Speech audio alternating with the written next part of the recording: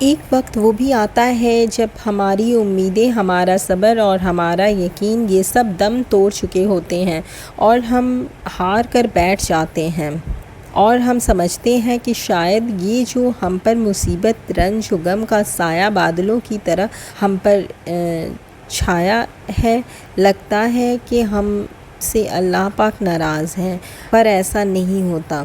یہ سب کچھ تو ان کی آزمائش میں آتا ہے جن کو اللہ پاک نے اپنے قریب تر کرنا ہوتا ہے، اور ہم تھک ہار کر بیٹھ جاتے ہیں، بلکہ ہمیں چاہیے کہ اپنے صبر کو ٹوٹنے نہ دیں اور اپنے اللہ پر بھروسہ رکھیں، اور پھر اللہ پاک تو صبر اور توکل والوں کے ساتھ ہے، اور جلد ہی وہ مقام آنا ہے جہاں اللہ نے تمہیں تمہاری مانگی ہوئی ہر چیز سے نواز دینا ہے۔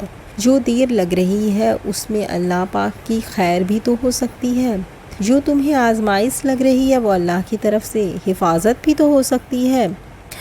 مایوسیاں، یہ تکلیف، یہ آنسو اور یہ تڑپ تمہیں خود کے قریب کرنے کی اللہ کی ترکیب بھی تو ہو سکتی ہے۔ تمہاری اللہ کو پکارتی یہ آوازیں اس کی پسندیدہ بھی تو ہو سکتی ہیں۔